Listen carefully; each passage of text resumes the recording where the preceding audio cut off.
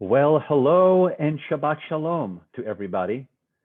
Hope that you had a wonderful end to your week and that you are entering this Shabbat with lots of joy because, as you know, last night started Purim. This is why I'm dressed like this.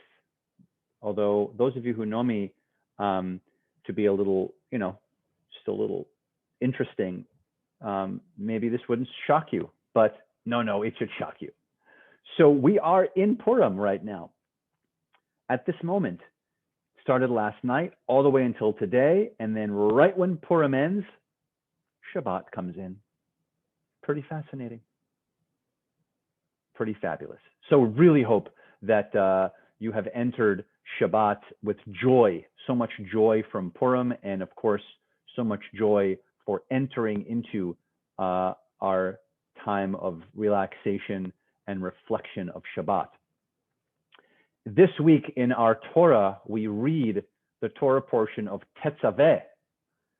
Tetzaveh, of course, has that root word in it that we all know of mitzvah, Tetzaveh, mitzvah, commandment. And so in here, there are lots of commandments, particularly connected to how the priests function, particularly the high priest, and in one particular section, how the priest is dressed. And there's detail on what he is supposed to wear as the high priest. It goes into great detail in this week's Torah portion of Tetzaveh. And it says he should wear like a breast piece on his outfit. He wears an ephod. The ephod was that piece that held all of the stones that represented the 12 tribes on it. He had a nice robe that he wore. He had a fringed tunic, a headdress, and a sash.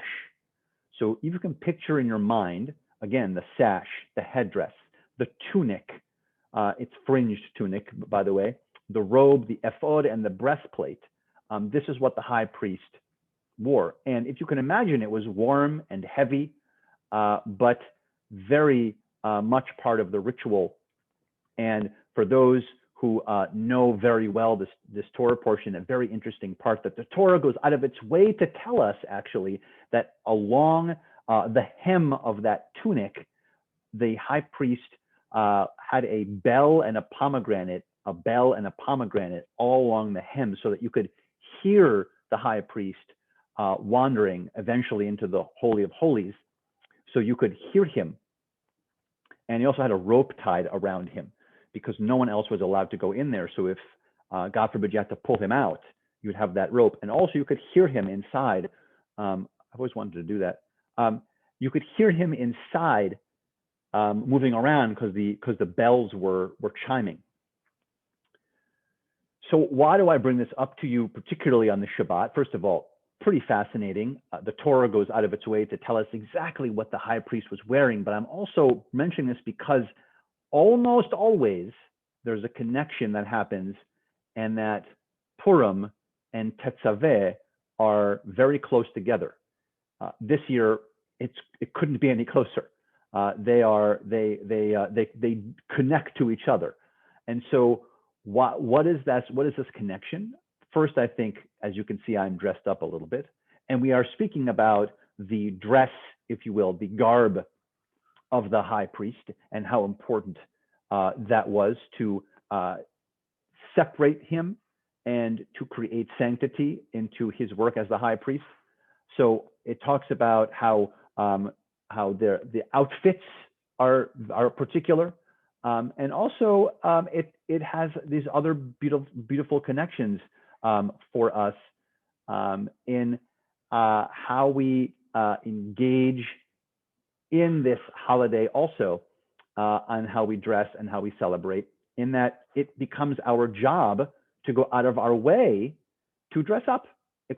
We are supposed to go out of our way to make ourselves dress a little funny, maybe enjoy even more this Chag, this celebration of Purim. And so there's this beautiful connection that exists between Tetzaveh this outfits and the wearing, of course, and the connection to Purim. Lastly, of course, this idea of Purim and this idea of Esther is this concept that lehastir, or Esther, right, has this connection, this root to mysterious or to covering. And that's why perhaps there's this idea of there's this hiddenness that appears in the text of Esther. In fact, the name of God is nowhere in that text. And also, Esther herself keeps herself secret. Right? Her name is Hadassah, but she goes by Esther and doesn't tell the king that she's Jewish until the last part of the story. And so there's a hiddenness there too. That's connection. That's connected to the garb of the high priest that was sort of special and different and only for him, kind of secret, if you will, and also this idea of the hiddenness that we get to have fun with as we celebrate Purim. So I hope that you spend this Shabbat not only together with family and reflecting, like I said, on the week that's passed, but looking into Shabbat and into the Shabbat of rest and coming off of the celebration of Purim. Hope that it was sweet and wonderful, that there were hamantashen, maybe a libation to celebrate.